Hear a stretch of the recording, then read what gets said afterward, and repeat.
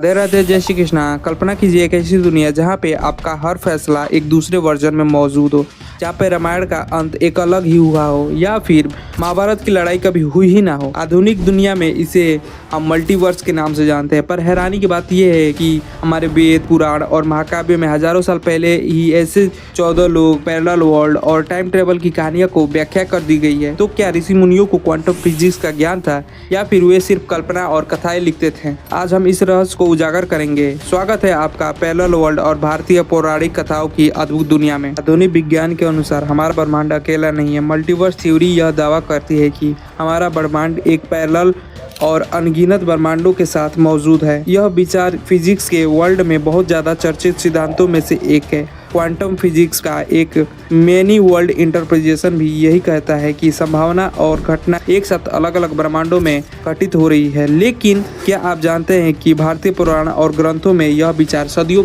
से ही चली आ रही है? मल्टीवर्स के कंसेप्ट को समझने के लिए सबसे पहले ब्रह्मांड के विस्तार और बिग बैंग थ्योरी को समझना होगा। वैज्ञानिक का मानना है कि बिग बैंग के बाद से जब ब्रह्मांड तेजी से विस्तार हुआ और यह प्रक्रिया आज भी जारी है। कुछ सिद्धांत जैसे इन्फ्लेक्शनरी थ्योरी यह सुझाव देती है कि हमारे ब्रह्मांड के अलावा भी अनगिनत ब्रह्मांड हो सकते हैं जो अपने अपने नियमों से संचालित होते हैं। क्वांटम मैकेनिज्म में मेनी वर्ल्ड इंटरप्रिटेशन में एक और दिलचस्प थ्योरी आती है जिसके अनुसार हर एक रिजल्ट जो है वह संभव है और अलग अलग ब्रह्मांड में अस्तित्व में आता है। वह उदाहरण के लिए मान लीजिए कि आप एक सिक्के को उछालते हैं तो आपके ब्रह्मांड में हेड आएगा या फिर टेल आएगा, पर दूसरे ब्रह्मांड में उसका दूसरा वर्जन, यानी कि अगर जिसमें हेड आया है तो उधर टेल आएगा। इसी तरह हर एक छोटी सी बड़ी घटनाएं अनगिनत परिणाम के साथ अलग अलग ब्रह्मांडों में घटित होती है।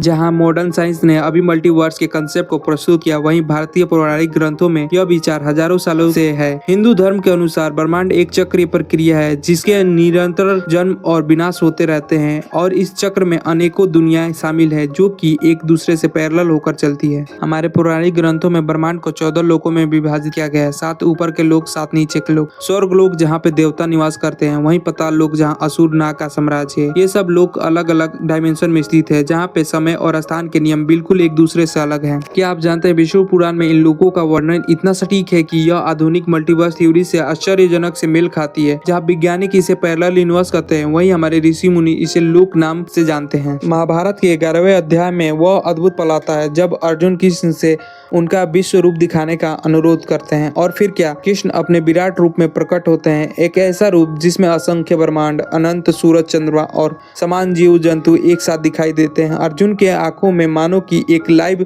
इमेज हो मल्टीवर्स की। क्या यह संभव है कि हमारे ऋषि मुनियों को पहले से क्वांटम फिजिक्स के रहस्य के बारे में हजारों साल पहले ही पता हो? अर्धनारीश्वर का रूप हमें एक और गहन सत्य बात बताता है। यहाँ पे शिव और शक्ति एक ही शरीर में विद्यमान है। पुरुष और प्राकृतिक ऊर्जा और पदार्थ का पूर्ण संतुलन। मॉडर्न फिजिक्स में इसे वेव पार्टिकल डुअलिस्टिक कहते हैं, जहाँ पे लाइट पार्टिकल और वेव दोनों हो सकती है। क्या यह संयोग है कि हमारे पूर्वजों ने विज्ञान को इतने सटीकता से एक रूप में पिरोया था? भगवत पुराण के ककुदमती रेवती की कथा सुनिए। एक पिता पुत्र जो ब्रह्मांड के लोक में कुछ क्षण बिताकर जब पृथ्वी पर लौटते हैं तो हजारों वर्ष बीत चुके होते हैं। यह टाइम डिलेशन का सटीक उदाहरण है जिसे आइंस्टाइन ने अपने एक थ्योरी में समझाया है। और नचिकेता की कथा, यमलोक की यात्रा में जहाँ समय का प्रभाव भी भिन्न है। यह सब कहानियां हमें बताती है कि हमारे पूर्वज इंटर डायमेंशन ट्रेवल के रहस्य से भी परिचित है। ऐसा के एस्ट्रोलॉजी डिपार्टमेंट ने खुद ये स्वीकार किया है कि हिंदू कॉस्मोलॉजी ब्रह्मांड की जो भी एज बताते हैं वो आधुनिक खगोलीय विज्ञान के समान होती है। तो क्या फिर हम यह मान सकते हैं कि